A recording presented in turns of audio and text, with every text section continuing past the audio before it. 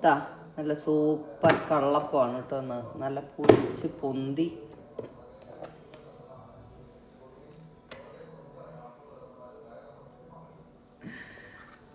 ഞാൻ രാത്രിയിൽ ഫ്രിഡ്ജിൽ എടുത്ത് വെക്കണം എന്ന് വിചാരിച്ചൊക്കെ കിടന്നതാണ്. പക്ഷേ ഉണ്ടല്ലോ, നടന്നില്ല.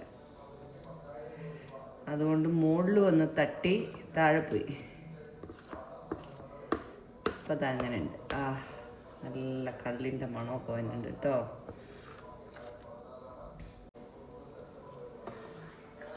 ഈ കള്ളപ്പത്തിൻ്റെ മൂടി തുറക്കുമ്പോൾ ഒരു മണമുണ്ട്.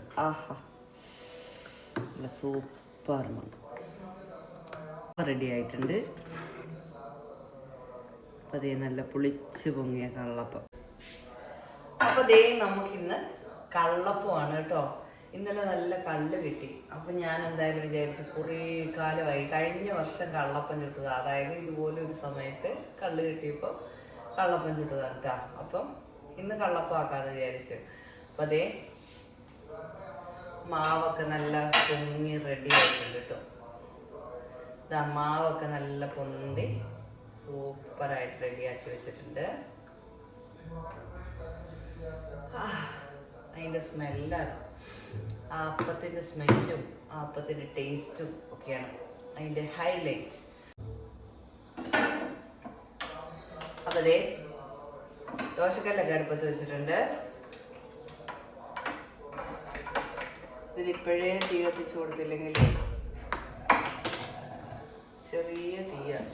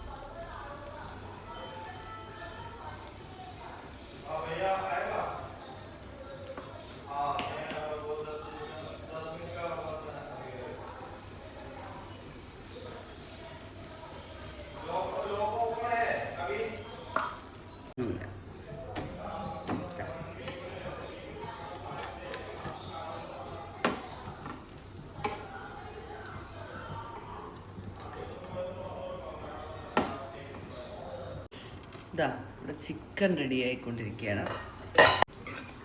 ചിക്കൻ ഇന്നലെ വെച്ചാട്ടോ, രാവിലെ ചൂടാക്കിയെടുത്തത്. രാവിലെ എനിക്ക് അടുക്കളയിൽ കിടന്ന് മരിക്കുന്നത് ഇഷ്ടമല്ല. അതുകൊണ്ട് ഞാൻ തലേദിവസം എല്ലാം റെഡിയാക്കി. ഓക്കെ, ഇന്ന് കള്ളപ്പോ ചിക്കൻ കറി.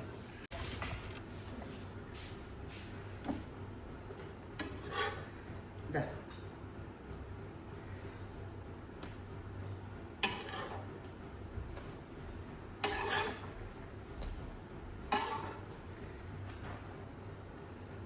ജീരകം ഇട്ടേക്കുന്നതുകൊണ്ടാണ് കേട്ടോ ഈ കളറ്. ജീരകം ചതച്ചിട്ടാൽ മതി. ഞാനിട്ട് അരച്ച്.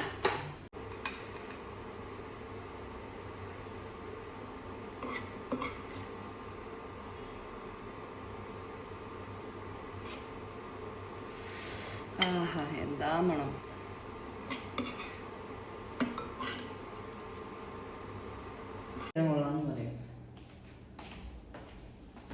അപ്പൊ ദേ ഇന്ന് കള്ളപ്പവും പോത്തിറച്ചിയാണ്. ജീരകം കൂടിപ്പോയി, അതുകൊണ്ട് അല്ല.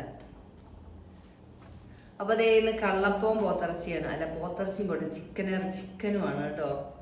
ശരിക്കും പോത്തിറച്ചിയാണ് കോമ്പിനേഷൻ. ചിക്കൻ കൂട്ടി കഴിക്കും. ഇത് പട്ടിക്കെട്ടെറിയാൻ കൊള്ളാം എന്ന് പറയും, എനിക്കറിയാം. ഇടുക്കിക്കാര് അപ്പം ചുട്ടു കൊടുക്കുമ്പോൾ പട്ടിക്കെട്ടെറിയാൻ കൊള്ളാം എന്ന് പറയും. ഹാർഡായോണ്ട് കഴിച്ചോളൂ.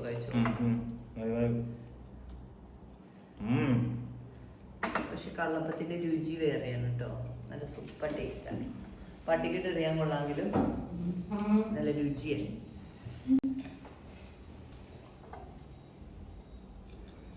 പറയൂ, പട്ടിക്കെട്ടെറിയാൻ കൊള്ളാന്ന്. കറി നല്ലതായോണ്ട് അപ്പം കുഴപ്പമില്ല.